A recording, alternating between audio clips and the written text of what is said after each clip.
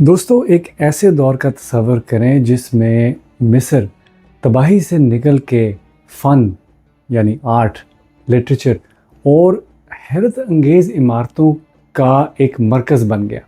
ये है दोस्तों मिडल किंगडम की कहानी।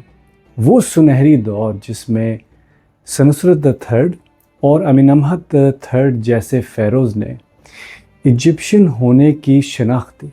आज हम जानने की कोशिश करेंगे कि कैसे इजिप्ट की आर्ट, लिटरेचर और रिलीजन इनकी सिविलाइजेशन के राइज की वजह और एट द सेम टाइम इनके सिविलाइजेशन के डिमाइज की वजह भी बना। चलिए दोस्तों, शुरू करते हैं इनकी लिखाइयों से। ये वो लिखाइयाँ थी जो पिरामिड्स पे इजिप्शियंस लिखा करते थे, जिसे हम हायरोग्लिफ्स कहते हैं। ये तारीख की सबसे पुरानी दीनी लिखावट है।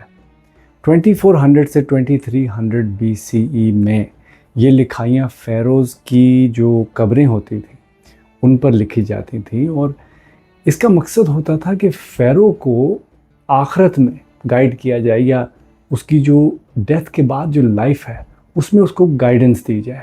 मगर ये लिखाइयाँ मिडिल किंगडम तक कॉफिन टेक्स्ट में तब्दील हो गई थी।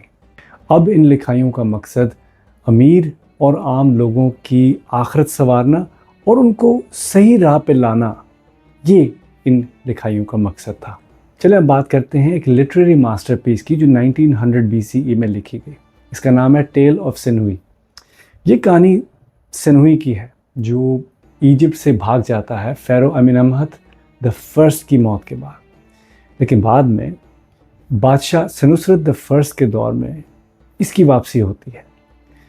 दोस्तों, ये कहानी सिर्फ एक कहानी ही नहीं है, बल्कि मिडिल किंगडम की जो 12th डायनेस्टी थी, इसके स्टेबल हुकूमत का एक प्रोपेगेंडा पीस भी है।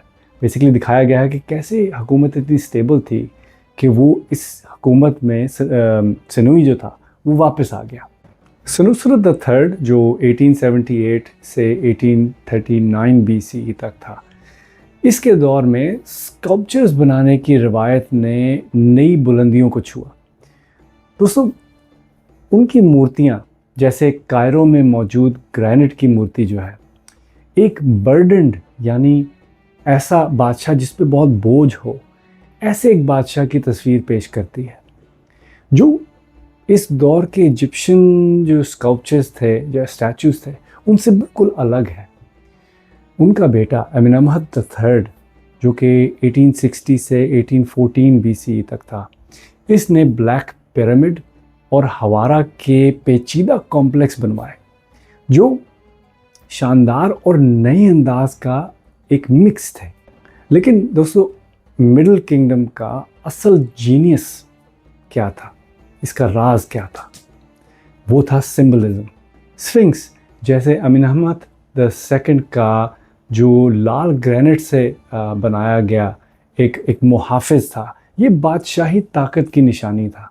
मंदिरों और कब्रों पे फसलों की काश्त के और दीनी रसूमात की तस्वीरें इजिप्शियंस को एक कॉस्मिक ऑर्डर, जिसे आप कह लें खुदाई निज़ाम जिसको कहते हैं, इसकी याद दिलाती थी। और ये फ़ेरो के खुदाई या डिवाइन रूल को पक्का करने का एक बहुत तरीका था, कह लें प्रोपेगेंडा था।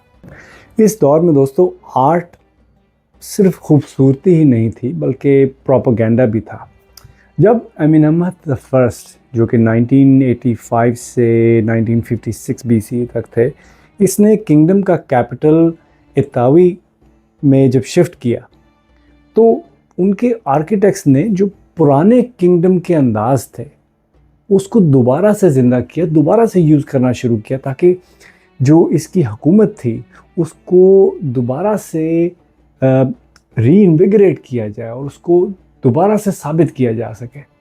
सनुसरत द थर्ड की वो जंग जो इसने नूबिया के ख़िलाफ़ लड़ी, उसको मंदिरों की दीवारों पर हायरोग्लिफ्स के ज़रिए बयान किया गया, ताकि बुहान और समना में जो किले इन्होंने बनवाए थे, बहुत खून रेजी हुई थी उसके बाद जो किले बनवाए थे, उस पूरे एक्ट को जायज़ साबित किया जा सके। दोस्तों, मिडिल किंगडम में मौत भी सियासी थी। मिडिल किंगडम के जो ब्लॉक स्टैचूज़ हैं, जैसे सेथोर का जो क्यूबिक मूर्ति है जिसमें उसके जिस्म को छुपाया गया है, लेकिन जो हिस्सा नज़र आ रहा है वो रूह को ज़ाहिर करता है, जो एक ऐसे माशरे की निशानदेही करता है जो इटर्निटी या जिसको हमेशा ज़िंदा रहना कहते हैं, उस पर और कंट्रोल पर दे वर obsessed with this, और ये मूर्ति इस चीज़ को शो करती है। दोस्तों, 1700 BCE तक इस मिडिल किंगडम की दरारें वाज़े नज़र आना शुरू हो गई थी। 13th डायनेस्टी के कमज़ोर हुक्मरान, उन्होंने नोमार्क्स, जो कि इर्द गिर्द के जो छोटे इलाके होते थे, शहर होते थे, उनके जो गवर्नर्स थे उनको नोमार्क्स कहते थे, उनको और हिक्सोस जैसे बाहरी इन्वेडर्स के हाथों इन्होंने अपनी ताकत को खो दिया। जब मिस्र सेकंड इंटरमीडिएट पीरियड में बटा तो आर्ट क्रूड हो गई थी, अदब या जिसे लिटरेचर कहते हैं खामोश हो गया था। इतनी ताकतवर तहजीब इतनी तेज़ी से कैसे गिर गई? दोस्तों, हमें अगले एपिसोड में ज़रूर ज्वाइन करें। अगले एपिसोड में हम मिस्र के उस दौर को डिस्कस करेंगे कि जो इनके हुक्मरान जो बिल्कुल डाउन एंड आउट थे, लड़के वो फिर दोबारा से कैसे उठे और फिर दोबारा से इन्होंने इस किंगडम को खड़ा कैसे किया। दोस्तों, हमें इस एपिसोड में ज्वाइन करने का बहुत शुक्रिया। अगर आपने हमारा ये चैनल लाइक और सब्सक्राइब नहीं किया तो I will appreciate your support. Until the next episode, see you then.